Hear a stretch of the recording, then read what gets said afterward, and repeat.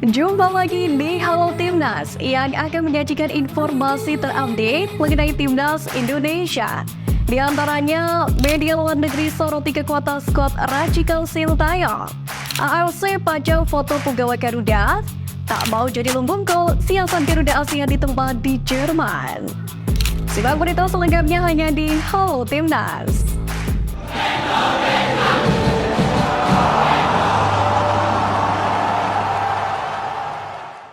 PSSI baru saja merilis 25 nama pemain yang dipanggil untuk memperkuat skuad Garuda untuk menghadapi Brunei Darussalam. Seperti biasanya, pemilihan nama-nama pemain yang dipanggil untuk memperkuat skuad Garuda selalu memunculkan beragam reaksi. Bahkan media Malaysia juga turut bereaksi atas pemanggilan 25 nama pilihan Sintayong.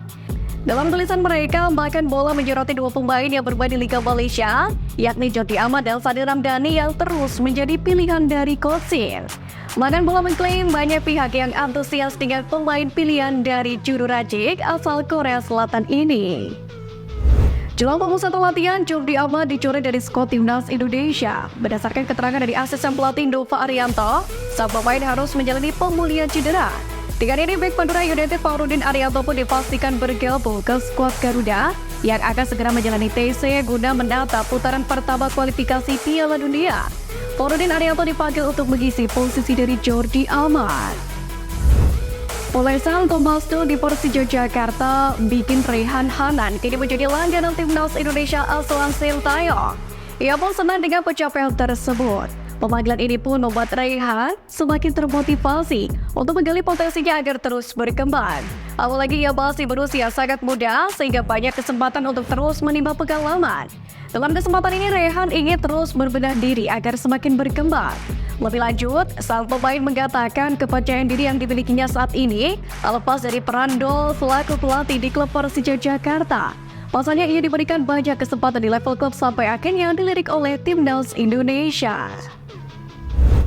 Brunei Darussalam menggebrak dengan persiapan yang menegangkan menjelang pertarungan dengan Timnas Indonesia dalam kualifikasi Piala Dunia, di mana mereka memperlihatkan atmosfer dukungan yang mendalam dari para penggemar setia mereka. Tim asuhan Mario Rivera ini memiliki pendukung yang fanatik yang berada di stadion, dan momen ini terlihat saat tim temuan menghadapi uji coba melawan klub Malaysia Sabah FC. Meskipun pada pertandingan tersebut Brunei harus kalah dengan skor 1-3, namun anak asuh Mario Rivera mampu menampilkan performa yang memuaskan. Sementara itu, Sintayong sendiri sebagai pelatih kepala Timnas Indonesia tidak meremehkan Brunei.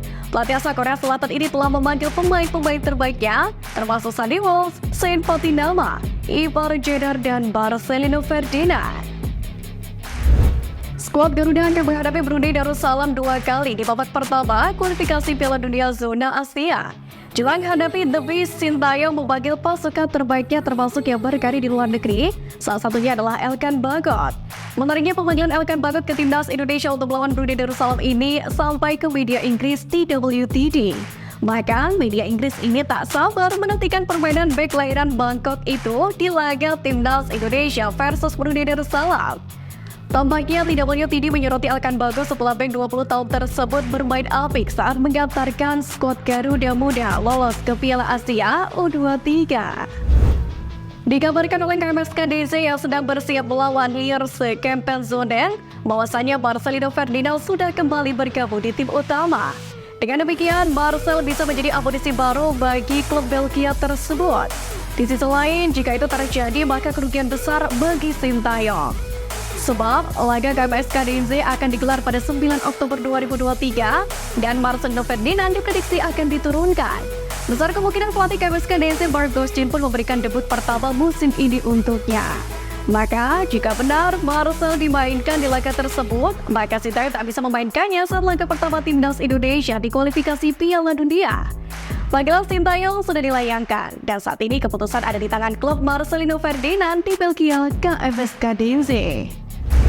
Pengawal sepak bola Akmal Marhali memberikan penilaian terhadap kepemimpinan Erick Thohir sebagai Ketua Umum PSSI dan efeknya kepada Timnas Indonesia. Ia mengakui di bawah kepemimpinan ex-presiden Inter Milan ini, Timnas Indonesia berhasil menorehkan sejumlah prestasi, seperti medali emas SEA Games, runner-up Piala AFF U23 dan lolos Piala Asia U23. Namun Akmal Marhali mengingatkan kepengurusan PSSI saat ini bisa saja terjadi bom waktu, di mana kondisi itu dapat meruntuhkan atau menjatuhkan sepak bola Indonesia jika PSSI tidak mampu menjalankan amanah sesuai keinginan publik, seperti tidak adanya korupsi, kolusi, dan nepotisme. Menurut Akmal, pengurus PSSI harus punya visi yang sama memajukan sepak bola tanah air, sepak bola yang tanpa rekayasa dan tanpa mafia. Piala Asia 2023 akan segera digelar di Qatar mulai 12 Januari hingga 10 Februari 2024. Melibatkan 24 tim nasional termasuk timnas Indonesia hingga tuan rumah Qatar sebagai juara bertahan.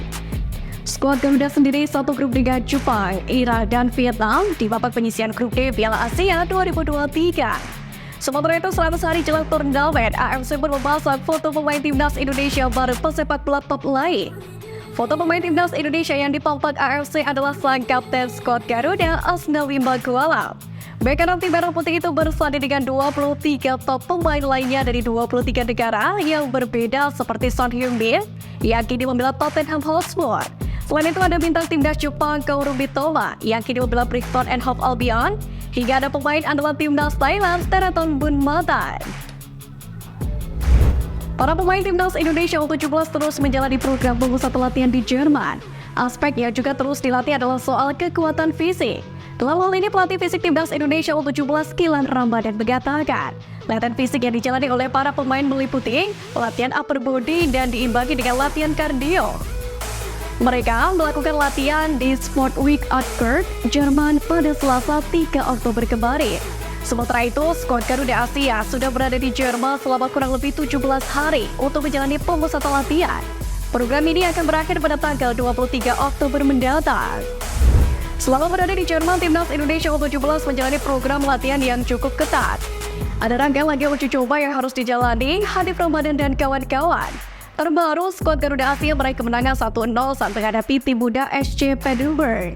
Nabil Ashura pun menjadi satu-satunya pencetak gol pada laga tersebut. Sementara itu, satu hal yang juga menjadi perhatian adalah bagaimana menciptakan lini belakang yang kukuh di skuad timnas Indonesia U17. Selama ini, Muhammad Iqbal Kwijage menjadi andalan di lini belakang. Iqbal bahkan menjadi kapten skuad timnas Indonesia U16 yang menjadi juara Piala AFF U16 kemarin.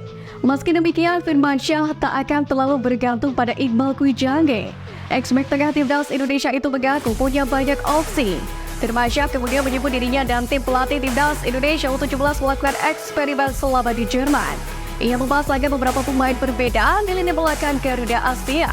Lebih dari itu, asisten pelatih skuad Garuda Asia ini pun menyebut perkembangan anak-anak asuhnya cukup baik. Setelah mencoreng wajah sepak bola negaranya di Asian Games 2022, Hong Antoine kembali melontarkan pernyataan kontroversial yang mana bisa memicu perkara besar, di mana si pelatih kepala batu Vietnam ini ingin menghapus Pakem Pak Hang-seo. Sebab menurutnya, gaya bermain umpan pendek penguasaan bola sudah usang. Hong Antoine sendiri kini dipercaya menunggangi timnas U18 Vietnam, tim yang dipersiapkan mengikuti turnamen persahabatan di Korea Selatan. Selain Korea Selatan, skuad asuhan Hong Antoine ini juga dijadwalkan bertanding melawan Maroko dan juga Ukraina dalam turnamen yang berlangsung pada 10 hingga 15 Oktober.